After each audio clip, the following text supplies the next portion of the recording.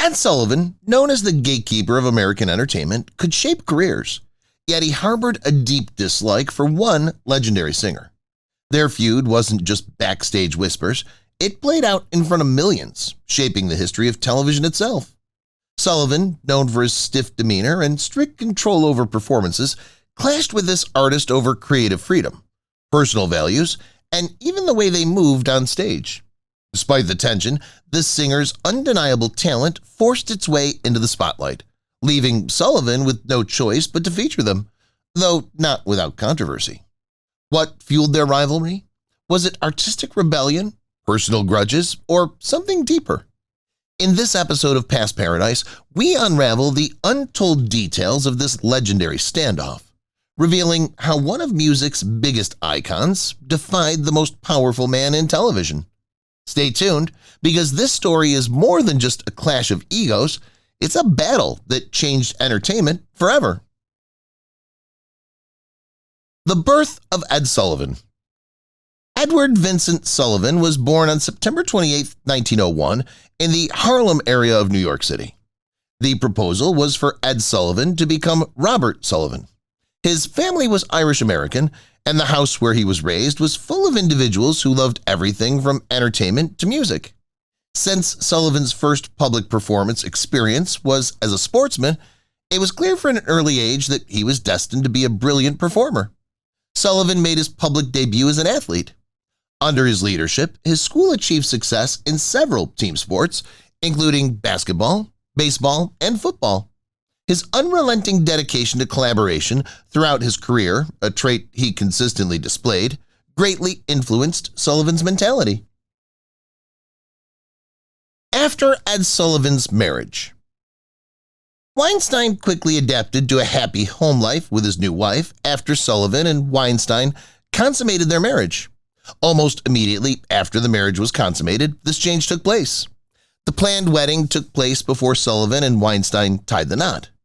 They discovered that Sullivan's new and beloved fiancée was expecting a child just a month after they were married.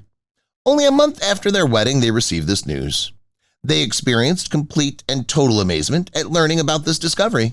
They had a child in 1930 whom they called Betty after Sullivan's mother had died a few months earlier. Not long before, Sullivan's mother had died. The memorial's objective was to honor Sullivan's mother. At the time, the newlyweds had no idea that their impending entry into show business would profoundly alter their lives. Ed Sullivan Carrier. Following his marriage and decision to settle down, Sullivan began to refocus his attention from his athletic success in high school to a career in public relations and entertainment. For him, the outcome was a significant shift. After starting as a sports writer, Sullivan went on to write several pieces for prestigious publications like the New York Daily News and the Evening Graphic. Sports reporting was where Sullivan's career started. Reporting on a wide range of sports was Sullivan's first job. He rose to prominence in the entertainment industry because of his Little Old New York column in the New York Daily News, which was centered on rumors about theater and entertainment. CBS approached Sullivan in 1941 about hosting their television program, Summer Silver Theater.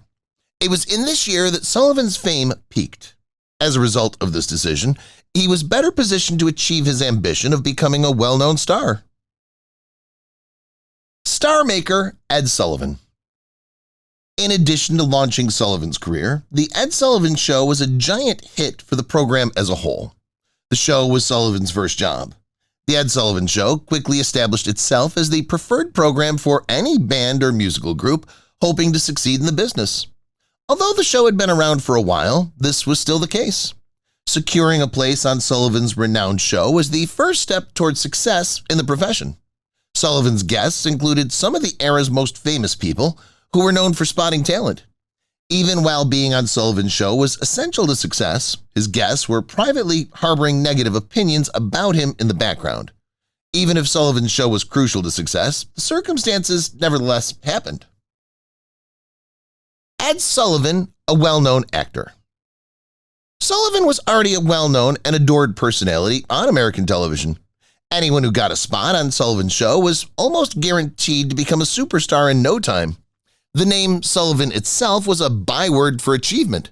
However, behind the scenes, Sullivan gained notoriety for his propensity to have issues with his guests if they did not act or behave in a way that he thought was suitable. Because of these characteristics, Sullivan has a reputation for being irreverent. Despite his outstanding talent and popularity, his propensity to cancel concert invitations made things difficult for people who didn't like him. If you lost the celebrity's favor, they would cancel your invitation to the concert. Ed Sullivan's history. The renowned host of The Ed Sullivan Show, Ed Sullivan, was well known for having shaped American entertainment. But one instance stuck out, when he declined to shake hands with a well-known black performer. Although Sullivan received recognition for breaking down racial boundaries by including African-American performers, his hesitation to interact physically with some of them was a reflection of the pervasive racism of the day. According to reports, Sullivan was under considerable pressure from network executives and sponsors who were concerned about the reaction of conservative audiences. This specific instance brought to light the intricacies of racial dynamics in television during the mid-20th century, despite his progressive stance in showcasing diverse talent. Although many acknowledged the limitations of his activities, Sullivan's legacy changed with time, with many appreciating his efforts to integrate black musicians into mainstream music. His choice is still a contentious issue in the history of entertainment. Ed Sullivan disregarded Bob Dylan.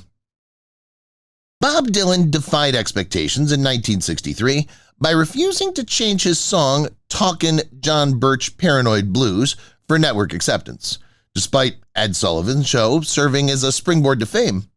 The lyrics were judged too politically charged by CBS officials, who were concerned about conservative listeners' reaction. Sullivan, torn between artistic integrity and corporate pressure, chose to leave rather than contest the network's decision when Dylan refused to make concessions. Dylan's career was defined by the episode, which strengthened his standing as an artist who defies censorship. Even though Sullivan had previously been associated with controversial figures, his response to Dylan's disobedience demonstrated the limits of his power.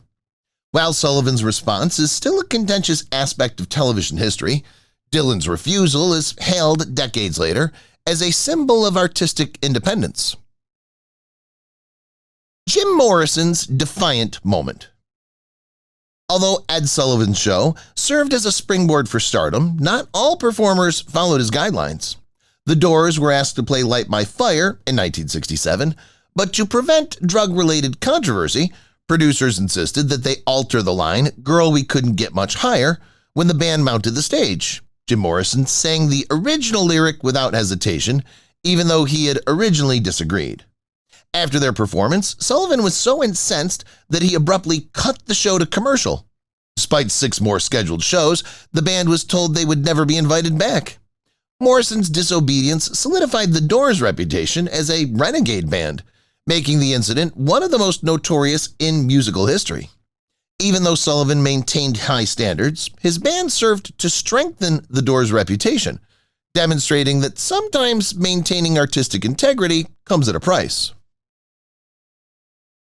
Ed Sullivan and Elvis Presley. Ed Sullivan and Elvis Presley had a complex connection. After first being reluctant to include Presley because of his controversial shows, Sullivan finally gave up in 1956, but only under particular guidelines. Presley's initial appearance was severely edited. To avoid capturing his trademark hip motions, the camera framed him from the waist up. Presley's charisma and rebellious spirit enthralled fans, despite Sullivan's attempts to manage his image, and his performance became one of the most watched television shows ever. Sullivan later hailed Presley as a fine boy, but there was still animosity between the two. According to insiders, Sullivan's authority was eclipsed by Presley's ascent to fame, which changed the balance of power in the entertainment industry. By 2025, Presley's on-screen appearances are still considered legendary, demonstrating that rock and roll's unstoppable power was unabated by Sullivan's influence. Bo Diddley and Ed Sullivan's argument. Although Ed Sullivan was known for dominating performances on his show, he and Bo Diddley had a particularly heated argument in 1955. Sullivan's producers had given their approval for the song 16 Tons, which Diddley was supposed to perform. But despite Sullivan's severe orders, Diddley burst into his smash, Bo Diddley, as soon as the cameras rolled. Sullivan was allegedly incensed at the sudden change and referred to Diddley as one of the most unprofessional acts he'd ever dealt with. Diddley's prohibition from ever performing on the show again was the immediate result of the backlash. Although Sullivan had a significant impact on television history, artists who valued artistic freedom often disagreed with his strict methods. By 2025, Diddley's disobedience will be regarded as a daring protest against censorship, demonstrating that even the most powerful TV hosts could not subdue the rebellious spirit of rock and roll. Mick Jagger's night. In 1967, Mick Jagger and the Rolling Stones rebelled at Ed Sullivan's tight control over the content of his show. To make "Let's Spend the Night Together" more suitable for his family audiences, Sullivan insisted that the lyrics be changed. Jagger grudgingly consented, substituting "time" for "night." But it was clear that he was frustrated. He made his disobedience evident during the live performance by sarcastically emphasizing the changed line and doing dramatic eye rolls. Feeling ridiculed on his platform, Sullivan was incensed. The hostility between Jagger and Sullivan never really subsided, even if the Rolling Stones were invited back. Even television's most powerful gatekeepers were unable to completely control the musicians who formed music history, as this event continues to stand as a defining representation of rock and roll's rebellious spirit in 2025. The argument that led to Buddy Holly. In 1958, Buddy Holly and the Crickets were up-and-coming artists when they made an appearance on The Ed Sullivan Show. But when Sullivan insisted that they alter their song "Oh Boy" because he was worried that its intensity would be too wild for television audiences, Holly refused, insisting on performing the song as intended. Sullivan, annoyed by Holly's refusal to comply, allegedly provided him with subpar stage equipment, including malfunctioning microphones. Holly, unfazed, gave a fantastic performance, but the damage was done. Sullivan barred him from performing again. The feud was a turning point in Holly's career, solidifying his reputation as an artist who was unwilling to compromise his vision. By 2025, this moment remains a defining example of rock and roll's rebellious spirit, demonstrating that even television's most powerful figures couldn't silence true musical pioneers. Jackie Mason's gesture. Jackie Mason was a budding comedian when he made an appearance on The Ed Sullivan Show in 1964, but his performance was abruptly interrupted by an unanticipated misunderstanding.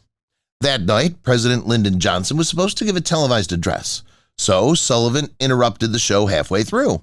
As Mason continued his routine, Sullivan gestured off-camera with hand gestures indicating the remaining time. Frustrated, Mason mimicked the gestures, pointing at the audience and making exaggerated motions. Sullivan was furious and immediately cut the broadcast, canceled Mason's contract, and vowed to ruin Mason's career. Mason later sued for libel and won, but the damage was already done. By 2025, this incident remains one of television's most notorious misunderstandings, forever altering Mason's legacy. The Doors disregarded Ed Sullivan's demands. Ed Sullivan's show served as a springboard for fame, but the Doors refused to fit in. In 1967, they were asked to perform "Light My Fire," but producers insisted that they change the line "Girl, we couldn't get much higher" to avoid drug-related controversy. Jim Morrison initially agreed, but when the band took stage, he sang the original line without hesitation. Sullivan was incensed, cutting the show to commercial right after their performance, and the band was told they would never be invited back, despite 6 more scheduled appearances. Morrison's defiance solidified the Doors' rebellious image, and the incident became one of rock and roll's most notorious moments until 2025. The evening that Bob Dylan left Ed Sullivan. Bob Dylan's 1963 appearance on The Ed Sullivan Show was supposed to be a turning point in his burgeoning career, but instead it became a pivotal moment of artistic defiance. Originally scheduled to perform Talkin' John Birch Paranoid Blues, Dylan was pressured by CBS executives who felt that the song's political satire was too controversial for national television. Sullivan, who was caught between his own reputation and corporate interests, urged Dylan to change the lyrics or choose a different song. Dylan refused, refusing to compromise, and instead walked out, forfeiting his opportunity to perform. The incident solidified Dylan's reputation as a fearless artist who would not submit to censorship, and by 2025, it remains a potent example of how music can challenge authority. Bo Diddley's Night of Disobeying. One of the most notorious acts of defiance in television history is Bo Diddley's 1955 appearance on The Ed Sullivan Show. Originally scheduled to perform Tennessee Ernie Ford's 16 Tons, Diddley had other plans once the cameras rolled. Ignoring Sullivan's strict instructions, Diddley launched into his Bo Diddley hit, shocking producers and infuriating Sullivan, who felt betrayed and immediately banned Diddley from future appearances. Sullivan reportedly called him unprofessional, one of the first times an artist openly defied television censorship. By 2025, this moment will be remembered as a daring demonstration of artistic freedom, showing that even the most powerful figures in entertainment could not quell rock and roll's rebellious spirit. Ed Sullivan silenced the night Janis Joplin. The Ed Sullivan Show served as a springboard to stardom, but network officials were overwhelmed by Janis Joplin's unbridled energy.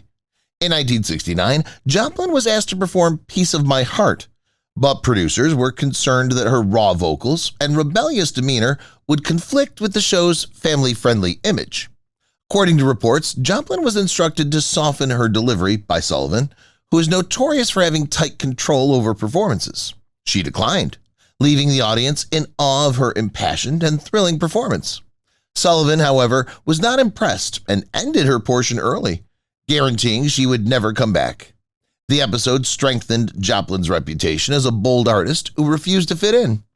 Even in the face of television's most powerful gatekeepers, genuine musicians never compromised their authenticity, as demonstrated by her defiance, which is still remembered as a pivotal moment in rock history by 2025.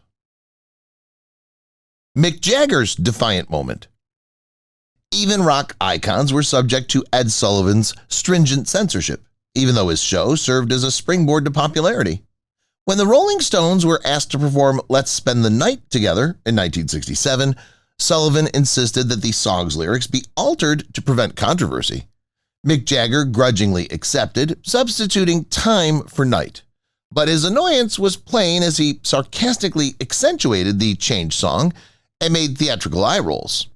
Feeling ridiculed on his own platform, Sullivan was incensed. The hostility between Jagger and Sullivan never really subsided, even if the Rolling Stones were invited back. Even television's most powerful gatekeepers were unable to completely control the musicians who formed music history, as this event continues to stand as a defining representation of rock and roll's rebellious spirit in 2025. Ed Sullivan's audience was shocked. Elvis Presley's performance almost forced Ed Sullivan's show off the air in 1956, despite being a cultural sensation. Due to overwhelming popular demand, Sullivan eventually agreed to hire Presley, who had previously caused controversy with his daring dance routines. But when Presley hit the stage, conservative audiences were rocked by his dazzling, hip-swinging charisma. CBS was inundated with complaints, and advertisers threatened to withdraw their support for the show. In subsequent appearances, Sullivan tried to minimize the harm by framing Presley from the waist up, after discovering his unquestionable star power. Presley's performance proved that rock and roll was unstoppable and went on to become one of television's most iconic moments despite the criticism. By 2025, this evening will still be remembered as a seminal illustration of how music can subvert social mores, solidifying Presley's reputation as a trailblazing figure in entertainment. Rolling Stones TV controversy. Even though Ed Sullivan's show was a massive source of entertainment, network sponsors were still watching him closely. The Rolling Stones were scheduled to play the song Let's Spend the Night Together in 1967, which sparked controversy because of its suggestive lyrics. Fearing criticism, Sullivan insisted that the band alter night to time to make it more acceptable for family audiences. Mick Jagger grudgingly followed through, but during the performance he made it evident that he was frustrated by rolling his eyes dramatically. Sponsors remained concerned despite the edit, and some even threatened to withdraw their funding. Sullivan had to carefully manage the aftermath since he was torn between corporate pressure and artistic integrity. Even the biggest names in television couldn't always control the musicians they showcased, as this event, which remains a defining illustration of rock and roll's rebellious spirit, demonstrates in 2025. James Brown's performance on the show. Although James Brown, the godfather of soul, had a powerful stage presence, network management found his 1966 visit to the Ed Sullivan Show to be too strong. A high-energy rendition of I Got You, I Feel Good, complete with dramatic spins, knee drops, and raw vocal strength, was given by Brown, who was determined to show off his unique talents. Sullivan and CBS officials were uncomfortable when the audience cheered. Sullivan declined to ask Brown back because he believed his dynamic style was too wild for mainstream television. Unfazed, Brown went on to rule the music business, demonstrating that his impact went well beyond limitations imposed by television. His performance is still remembered as a landmark in soul music history by 2025, proving the inexorable power of artistic expression over censorship. Jim Morrison disregards the demands. Jim Morrison refused to fit in with Ed Sullivan's show, which served as a springboard to stardom. The Doors were asked to play Light My Fire in 1967, but to prevent drug-related controversy, producers insisted that they alter the line, "Girl, we couldn't get much higher." Morrison originally concurred, but he sang the original phrase without hesitation as soon as the band approached the stage. After their performance, Sullivan was so incensed that he abruptly cut the show to commercial. Despite 6 more scheduled concerts, the band was told they would never be invited back. Morrison's disobedience solidified the Doors' reputation as a renegade band, making the incident one of the most notorious in music history. By 2025, this incident will still be remembered as a pivotal milestone in rock and roll's defiance of censorship, demonstrating that genuine artists never compromise on their vision. Ed Sullivan banned the night Bo Diddley. Although Ed Sullivan was known for dominating performances on his show, he and Bo Diddley had a particularly heated argument in 1955. Sullivan's producers had given their approval for the song 16 Tons, which Diddley was supposed to perform. But despite Sullivan's severe orders, Diddley burst into a smash Bo Diddley as soon as the cameras rolled. Sullivan was allegedly incensed at the sudden change and referred to Diddley as one of the most unprofessional acts he'd ever dealt with. Diddley's prohibition from ever performing on the show again was the immediate result of the backlash. Although Sullivan had a significant impact on television history, artists who valued artistic freedom often disagreed with his strict methods. By 2025, Diddley's disobedience will be regarded as a daring protest against censorship, demonstrating that even the most powerful TV hosts could not subdue the rebellious spirit of rock and roll. Bo Diddley's Night of Disobeying. Ed Sullivan's show served as a springboard for stardom, but musicians who disobeyed his rigid guidelines frequently ran afoul of him. Sullivan's producers accepted the song 16 Tons, which Bo Diddley was asked to perform in 1955. But Diddley disregarded the directions and started hitting Bo Diddley on his own as the cameras rolled. Indignant, Sullivan allegedly referred to him as unprofessional and barred him from making any more appearances. The episode demonstrated Sullivan's strict control over his program and his intolerance for disobedience. Over the years, Sullivan's block list of artists who defied convention expanded even as he influenced television history. Even the most powerful people in television couldn't stop the performers who put their artistic integrity ahead of network demands, as evidenced by Diddley's disobedience, which is still remembered as a turning point in rock history by 2025. His legacy lives on.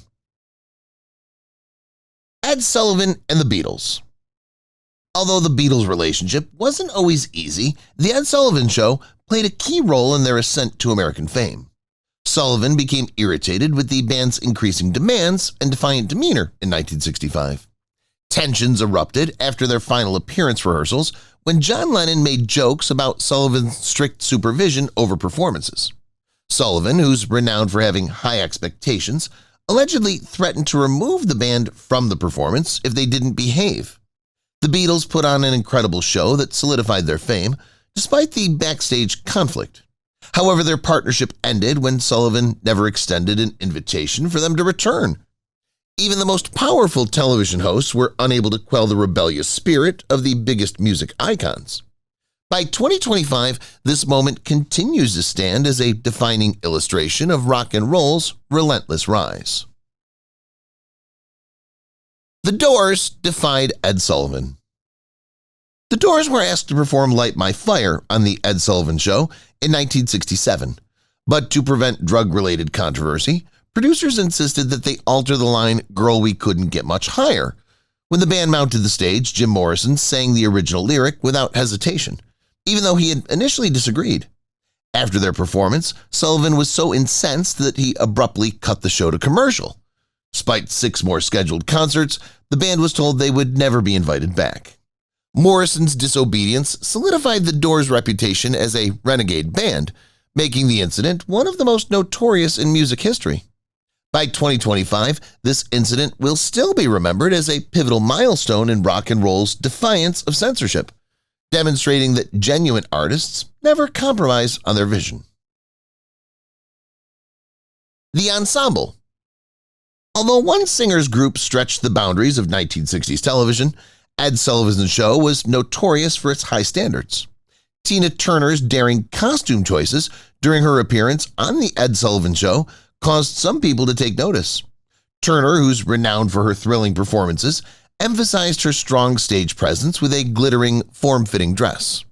Sullivan and CBS executives were uncomfortable because they thought the dress was too racy for family television, despite viewers adoring her energy and enthusiasm.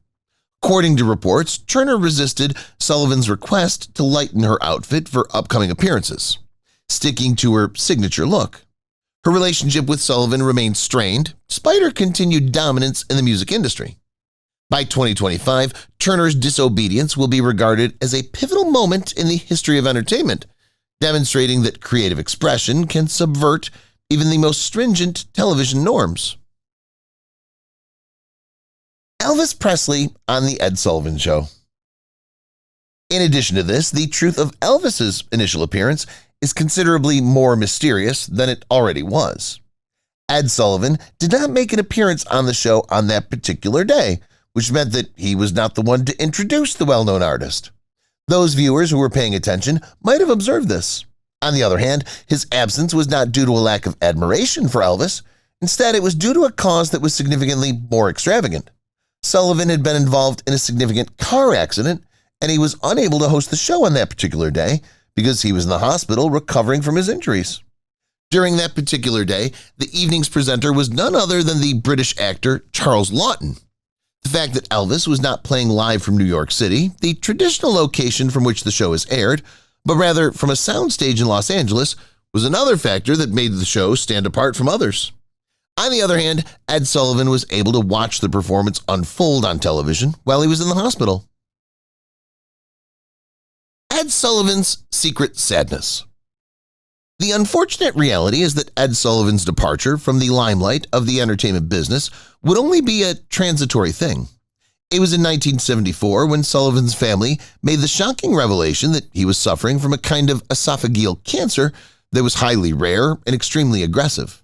However, to preserve the mental health of the well-liked television personality, who's currently in poor physical state, the family and his physicians came to an agreement that they would never reveal the entire depth of his diagnosis to him. This is done to maintain the mental health of the television personality. Sullivan was deserving of the opportunity to spend his final days in relative seclusion because he had devoted his entire life to assisting the industry. These days would be spent in relative quiet. Ed Sullivan's final farewell. Sullivan passed away unexpectedly in Lenox Hill Hospital in New York on October 13, 1974, not long after receiving the disheartening news the day before. These events occurred on October 13th. Not much time has passed since the diagnosis was made before he passed away. There were more than 2,000 individuals who came to pay their respect at the funeral, which was held at St. Patrick's Cathedral in New York City. New York City was the location of the funeral services. This is the reason for his widespread appeal. People were caught by the appearance of several well-known individuals who were thought to be Sullivan's defamers and who came out to pay their respects. Even though Sullivan had a history of conflicts and disagreements with other individuals, he was nevertheless able to accomplish this particular achievement. Ed Sullivan's legacy. Although Sullivan passed away almost half a century ago, his legacy and the positive impact he had on the world are still being felt today. This is because Sullivan had a significant impact on the world. Although other entertainment shows have taken the place of the location where Ed Sullivan's legendary show was produced, the area remains a popular backdrop for filming in the modern day. On the other hand, it's essential to keep in mind that Ed Sullivan served as the initial source of inspiration for all of these subsequent shows. The theater, now known as the Ed Sullivan Theater, has been the venue for numerous extremely popular talk shows, including The Late Show, during the time David Letterman and Stephen Colbert have been in charge. And that's a wrap on this clash of legends. Ed Sullivan may have ruled the airwaves, but even he couldn't silence a true icon. Hollywood is full of rivalries, power struggles, and game changers. So if you love the stories behind the fame, Past Paradise is your ultimate backstage pass. Don't forget to like, subscribe, and hit that bell icon for more deep dives into the untold drama of entertainment's biggest stars. Until next time, stay curious, stay entertained, and keep exploring the legends that shaped Hollywood. If you've watched the video till here, that means you've enjoyed the video. Subscribe. Don't forget to turn on the notifications bell icon